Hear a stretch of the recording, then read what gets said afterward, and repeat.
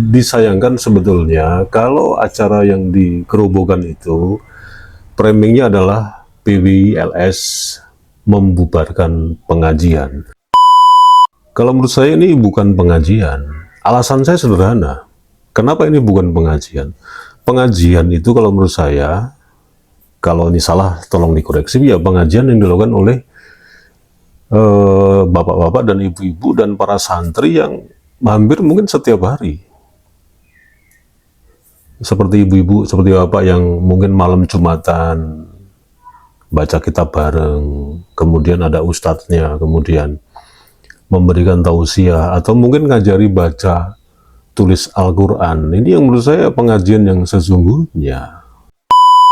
Nanti biarin aja lah para mukimin yang akan menghadapi PWLS. Dan apa yang dikatakan oleh Ketua Laskar Sabilillah Pusat kan jelas-jelas. Beliau mantan muhibinnya Lutfi bin Yahya, dan tahu betul siapa Lutfi bin Yahya itu. Maaf, saya orang Habib Lutfi dulu, jadi saya paham. Ring satu. Tahun saya Ring satu. Maaf ya. Lutfi memang Tahu. Jadi saya bukan Ubah sejarah. provokasi. Dan konon sih si botak Bidin Balawi ini memang mantunya si Lutfi itu kan. Assalamualaikum sahabat AW Kertapati. Pecah lagi, meletus lagi, hampir saja bergesekan fisik antara pribumi dan pribumi di wilayah Kabupaten Gerobogan, Jawa Tengah. Kita simak dulu videonya. Satu suara satu-satu yang ngomong. Pada prinsipnya kita menolak Habib Bidin naik panggung. Dan saat ini Bidin dinyatakan sudah turun panggung. Siap. Untuk pasukan Laskar Sabilillah, saya sebagai Komandan Laskar Sabilillah Pusat. Siap. Oke, kita boleh bersemangat. Tapi kita lihat, jangan lihat itunya juga, tapi lihat ini. Ini saudara kita juga. Satu darah. Betul. Tapi pesan kami, jangan sampai kalian mau dijajah. Betul. Jajah ideologi, dijajah segalanya sampean. Kanjeng Nabi akan ambil Habib. Habib kasih jalan.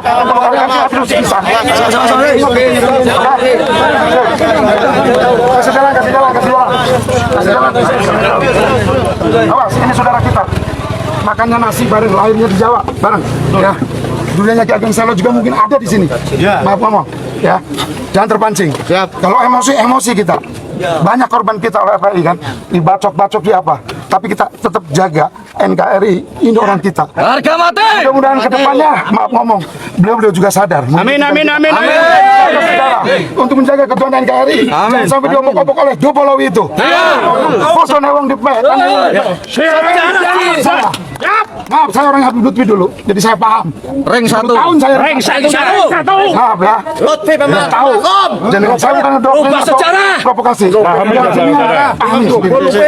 Oke. Siap. Sekali lagi tahan. Emosi. Hargai juga. Ada bapak aparat di sini. Maaf. Oke. PWLS dikedepankan adab. Siap. Di kepala kita ada Wali Songo. Awas. Di kepala kita ada Wali Songo. Ingat itu. Oke. Salam satu komando. Inilah fakta bahwa memang masih ada pro dan kontra, dan disayangkan sebetulnya kalau acara yang di Gerobogan itu framingnya adalah PWLS membubarkan pengajian.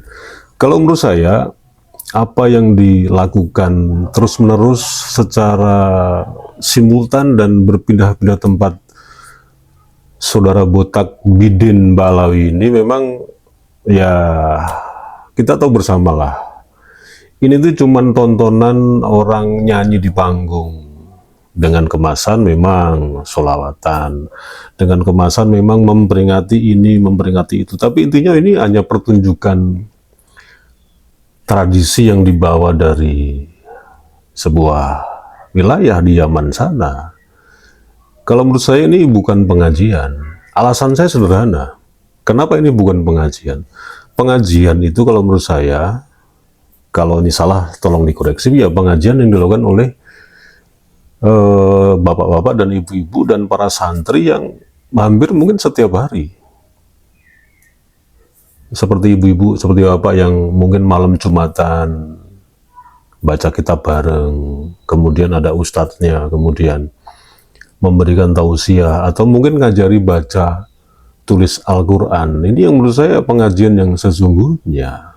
Dan itu mengalir begitu aja, dan itu sudah menjadi tradisi kita semua, khususnya di NU. Tapi kalau dengan pertunjukan-pertunjukan panggung seperti itu, ya sama juga kok kita tuh ngundang hiburan panggung. Dan kebetulan memang di situ Ba'alawi yang menggunakan tema-tema Islami, yang menggunakan musik-musik tradisional dari Yaman. Intinya seperti itu aja kok. Jadi menurut saya ini bukan pengajian murni. Dan kenapa lagi PWI di framing selalu saja membubarkan pengajian. Ini salah besar sebetulnya. Dan jelas PWI LS Gerobogan kan sudah jelas-jelas menolak kehadiran si botak Bidin Ba'alawi ini. Tapi kenapa dipaksakan sih?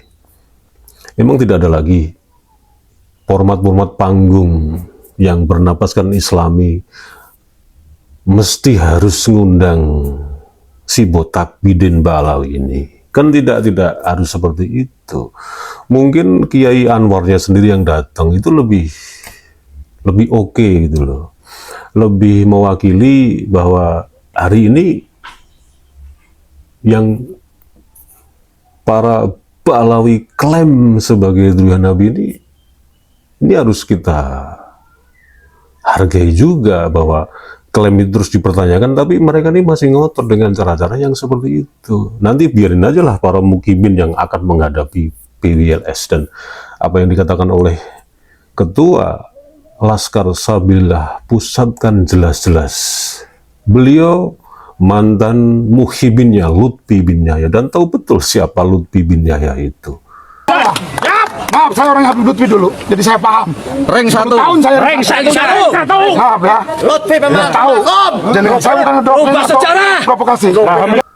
Dan konon sih si botak Bidin Ba'alawi ini memang mantunya si Lutfi itu kan. Nah, jadi penolakan ini bukan berarti membubarkan pengajian, membubarkan orang sedang beribadah. Bukan, ini tontonan panggung yang dikemas dengan bacaan-bacaan sholawatan, dengan musik imigran Yaman. Jadi nilai ibadahnya pun juga lebih kepada bukan ibadah khusus tentang bagaimana kita lebih mendekat kepada Allah Subhanahu wa Ta'ala, bagaimana kita lebih bisa menghafalkan Al-Quran, baca tulis, tapi lebih kepada hiburan hahihi saja.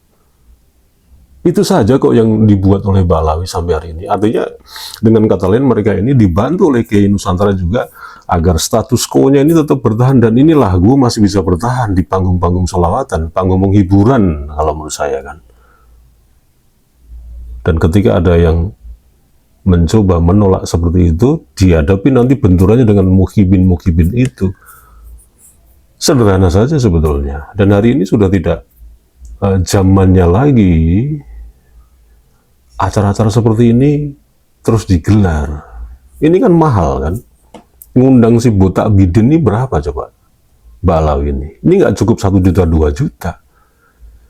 Bagaimana sekarang disederhanakan sih mengenai sholawatan itu?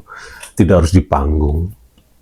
Di rumah-rumah penduduk biasa, di rumah ustadz, di rumah kiai pribumi.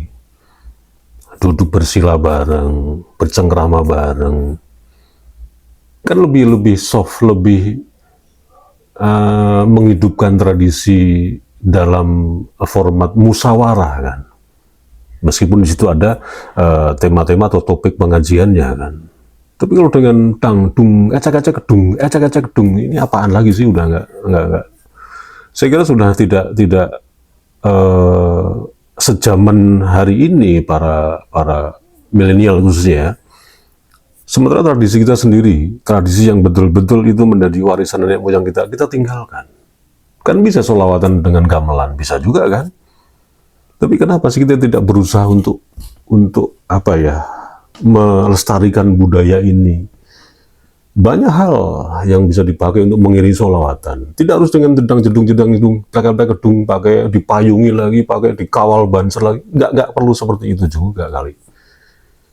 Jadi ini loh yang menjadi kewaspadaan kita sekarang ini, itu tentu saja tetap fokus pada klaim nasab sebagai Durian Nabi. Klaimnya. Kalau nasabnya bodo amat, nggak ada urusan. mau dinasapin nyambung ke iblis setan demi terserah mereka.